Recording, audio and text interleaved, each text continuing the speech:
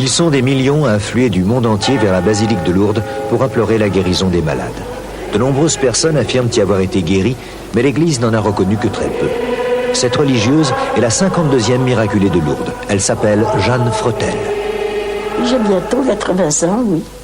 J'aurai 80 ans le 27 mai prochain. C'est une chose qui est tellement merveilleuse. Ça fait 45 ans que je devrais être au cimetière et puis je suis là. Jeanne Fretel est née en 1914 dans un village de Bretagne. Ses parents étaient agriculteurs et malgré tout leur amour, son enfance fut douloureuse, car rares étaient les jours où la petite pouvait aller à l'école tant sa santé était précaire. Elle était si faible qu'elle n'avait même pas la force de jouer.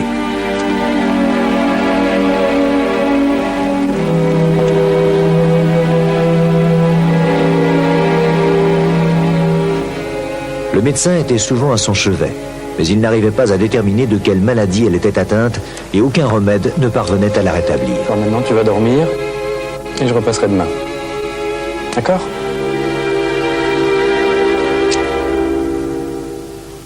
Je n'ai jamais connu la santé.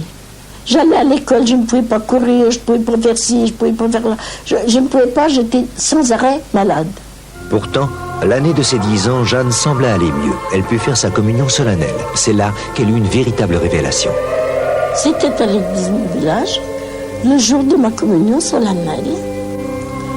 Et à la messe, au moment de la communion, j'ai senti un appel.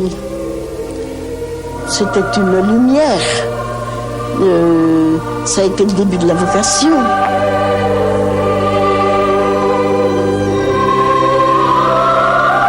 Mais très vite, Jeanne s'est affaiblie et dut s'aliter de nouveau. Au fond d'elle-même, pourtant brillait maintenant cette merveilleuse lumière révélée lors de sa communion et dont elle ne parla à personne. Elle savait désormais quelle était sa vocation.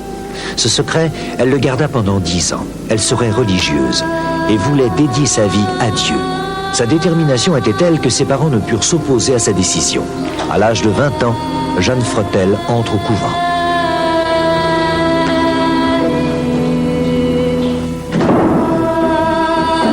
Pourtant, en cet instant tant espéré, Jeanne reste grave.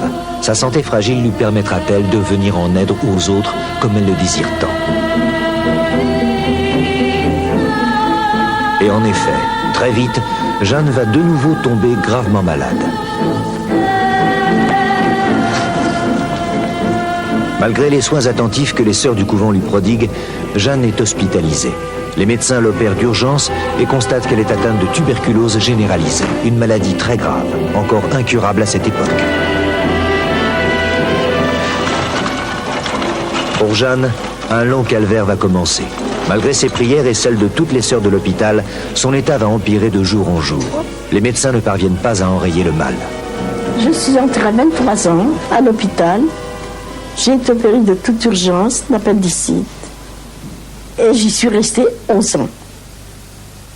Mais je le souhaite à mon pire ennemi, je ne le souhaiterais pas. Parce que quand vous êtes dans un hôpital, vous savez quand vous y entrez. Mais vous ne savez pas quand vous en sortez. Maintenant, Jeanne est constamment alitée. Elle ne peut presque plus marcher et les médecins ne peuvent contrôler sa fièvre qui atteint parfois 41 degrés. Jeanne est résignée. Elle est malade depuis si longtemps. Mais les médecins continuent de lutter et les opérations se succèdent sans résultat.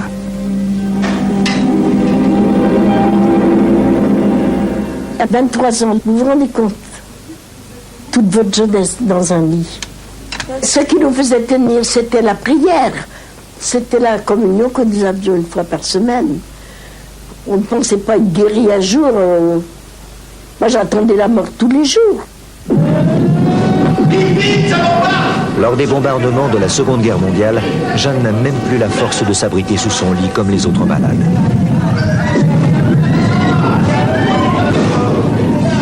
Et pourtant, elle échappe plusieurs fois à la mort alors que les bombes font de nombreuses victimes autour d'elle. J'en ai eu 9 qui sont mortes. 9 en 2 heures. Croyez bien, c'est pas drôle parce que vous dites, la prochaine, ça va être toi. En juin 1947, Son état est tellement désespéré que les religieuses obtiennent de l'emmener à Lourdes.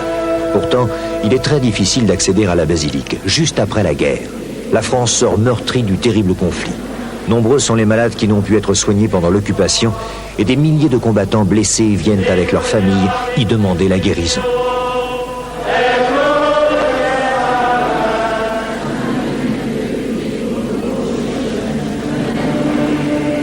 Jeanne restera à Lourdes une semaine, ne pouvant se lever de son brancard et priant pour la guérison des autres, tant elle est persuadée que sa terrible maladie doit l'emporter.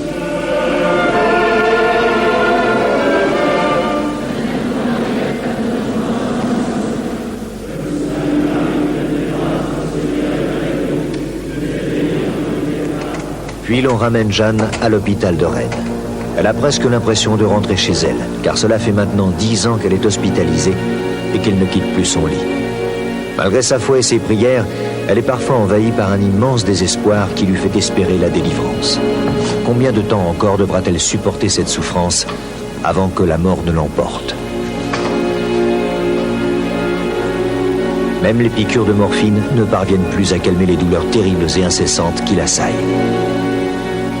Jeanne Freitel était une patiente très gravement malade qui, d'après ce que j'ai pu voir dans les différents documents qui m'ont été communiqués, était condamnée. Puisque c'était une maladie grave et mortelle pour laquelle on n'avait aucune thérapeutique efficace. Puis un matin, Jeanne est retrouvée sans connaissance. Les médecins ne parviennent pas à la ranimer. Et au mois de juillet, je suis tombée en coma profond. 3 mois et 8 jours dans le coma. Jeanne est condamnée, mais tous ceux qui l'entourent refusent de se résigner. En octobre 1948, elle est amenée à Lourdes pour la seconde fois. Beaucoup pensent que ce sera sans doute son dernier voyage. Jeanne est mourante et inconsciente. On l'a transportée sur l'esplanade avec les autres malades. Comme eux, elle va recevoir la communion. Mais en arrivant près d'elle, le père Roch hésite. Jeanne est dans le coma. Elle ne peut ni demander la communion, ni la prendre. Pourtant, aidé d'un jeune médecin, il va déposer entre ses lèvres une parcelle d'hostie. Soudain, Jeanne semble reprendre vie.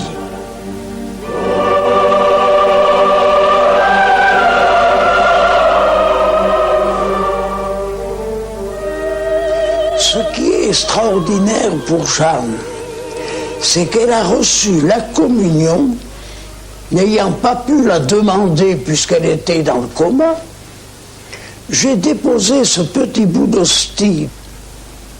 C'est lorsque l'hostie a touché sa langue que j'ai refermé sa bouche qu'instantanément elle est sortie du coma et m'a dit « Où suis-je » Voilà pourquoi la guérison de Jeanne est d'abord classée comme une guérison eucharistique.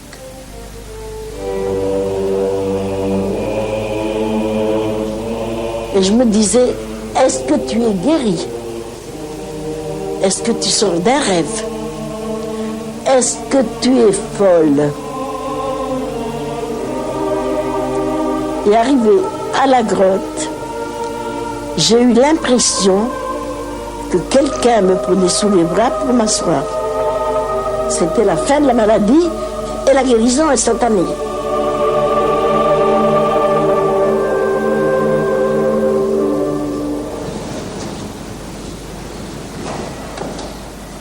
Et quelques heures plus tard, à l'hôpital de Lourdes, pour la première fois depuis 11 ans, Jeanne se lève, s'habille et parvient à marcher seule. Comme dans un rêve, elle se dirige vers la sortie pour sentir sur son visage la chaleur du soleil et de la vie. Enfin, elle réclame à manger et se jette affamée sur la nourriture qu'on lui apporte. Des dizaines de curieux passent devant sa chambre pour voir celle que l'on dit guérie par Dieu.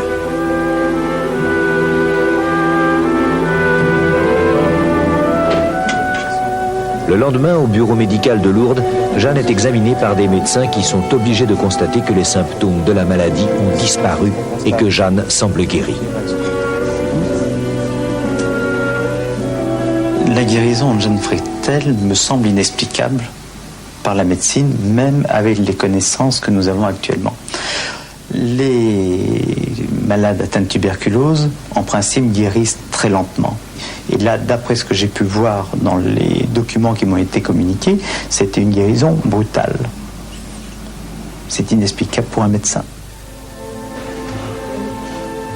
Enfin, Jeanne revient à l'hôpital de Rennes.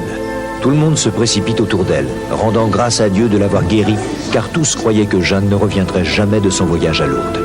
En la voyant, le docteur Pellet, qui l'a soignée si longtemps et la savait condamnée, est envahi par l'émotion.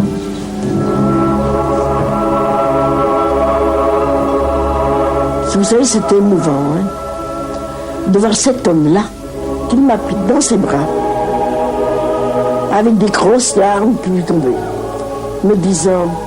Je ne croyais pas au miracle, mais je suis obligée d'y croire parce que tu devrais être morte aujourd'hui.